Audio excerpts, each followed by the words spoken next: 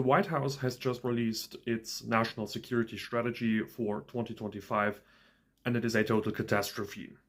Here's why. My name is Jan, I'm from Germany, and I work online to bolster resistance within the United States against MAGA fascism.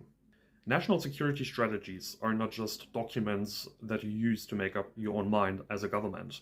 They are also an important tool to flag out key priorities for both adversaries as well as allies, and as such have an important and highly symbolic function just as well as they delineate concrete policies. From a European perspective, this strategy is a catastrophe. I've seen people already comment on it as a political declaration of war, and while I don't quite share that sentiment, it is certainly a complete departure of what Europe knew the US to be like. Most notable from the very start is that the National Security Strategy calls Section C promoting European greatness, which is empty MAGA rhetoric. The real banger, though, is in the third paragraph, where the strategy alleges that Europe is facing a civilizational erasure and issues that are only being exacerbated by supposedly the European Union.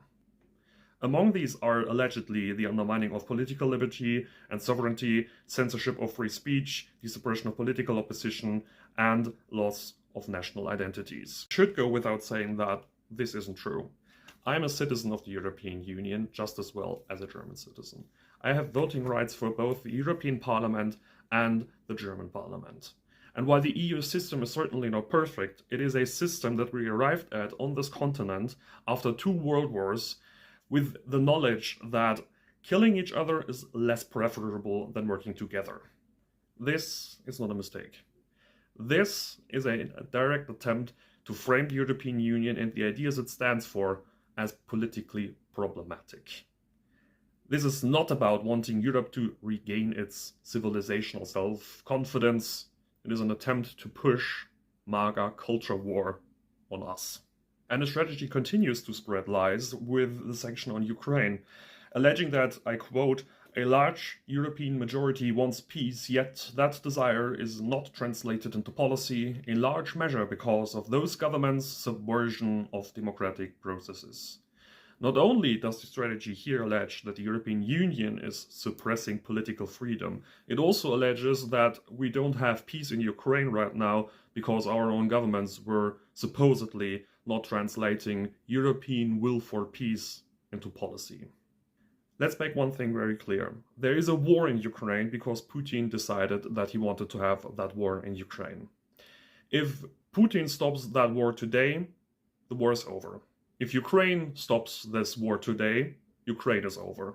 And if that happens, my continent and the union of which I am a citizen will be next in line, because then Putin won't stop.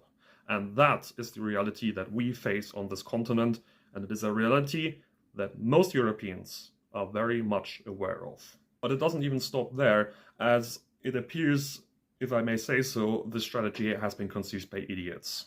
The strategy has a strangely schizophrenic relationship to Europe, and that's evident on page 26. Here it says, America is understandably sentimentally attached to the European continent and of course to Britain and Ireland. And just a little later it says, we want to work with aligned countries that want to restore the former greatness. Whoever wrote this appears to have forgotten that America used to be a colony under Britain's former greatness. But what shocked me the most, I have to say, is on page 27, where it says, over the long term, it is more than plausible that within a few decades, at the latest, certain NATO members will become majority non-European.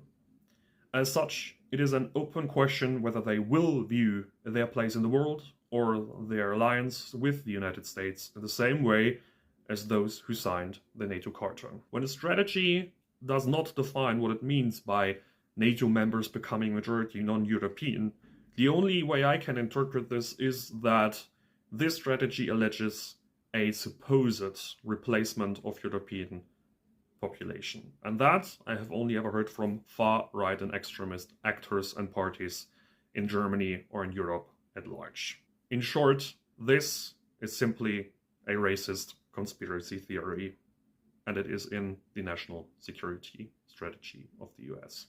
This is going to have consequences. because all European countries now have black on white in text that the US does not want to be a reliable partner anymore. Instead, this document pushes MAGA rhetoric and propaganda on us and accuses the European Union of the very things that it is doing at home in America. This is a goodbye.